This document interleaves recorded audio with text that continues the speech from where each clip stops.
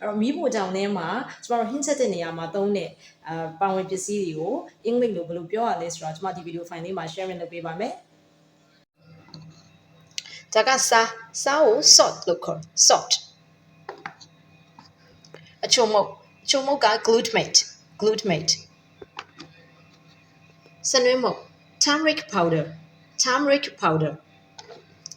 ငရုတ်သီးမုတ်တွေကြတော့ chili powder ဆိုပြီးအကြမ်းမြင့်တော့ခေါ်တယ်ဒါပေမဲ့ငရုတ်သီးမုတ်တွေကအမျိုးအစားမတူဘူးပေါ့နော်အစိမ်းမုတ်အကြက်မုတ်ခွဲကြက်မုတ်အဲ့လိုရှိတဲ့အခါကျတော့တို့အသုံးနှုန်းလေးတွေကိုခွဲပြီးတော့မှမှတ်ကြမယ်အဲ့တော့ဒါကအစိမ်းမုတ်ပေါ့နော်အကြက်မုတ်လို့လေအစိမ်းမုတ်ဗာလဲအယောင်တင်မုတ်လို့လည်းခေါ်တယ်အဲ့ဒါကို paprika လို့ခေါ်တယ်နော်ဒါကခွဲကြမ်းကို chili flake ဒါကတော့အကြက်မုတ်ပေါ့နော်ကျမတို့ငပိရည်တွေဘာတွေထည့်စားတဲ့မုံငါးတွေဘာတွေထည့်စားတဲ့အကြက်မုတ်ကိုတော့ roasted chili powder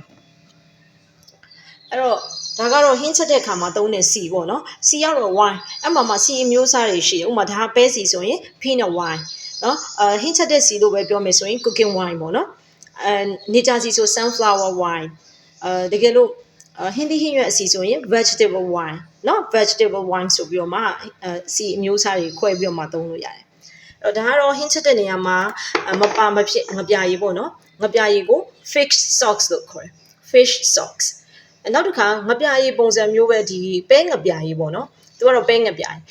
ရည်ကြာညို့လို့လည်းခေါ်တာပေါ့ဒါကိုတော့ soy sauce လို့ခေါ်တယ် soy sauceဒါကတော့အ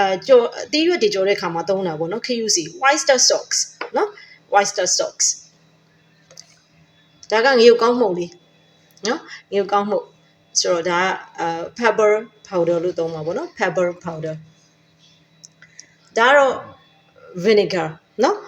ဒါကတော့ရှာလကကြီးပေါ့ကျမတို့သားငါးတွေဟင်းသီးဟင်းရွက်တွေစေးတဲ့နေရာမှာသုံးတယ်ဟင်းချက်တဲ့နေရာမှာလည်းထည့်သုံးလို့ရတယ် vinegar okay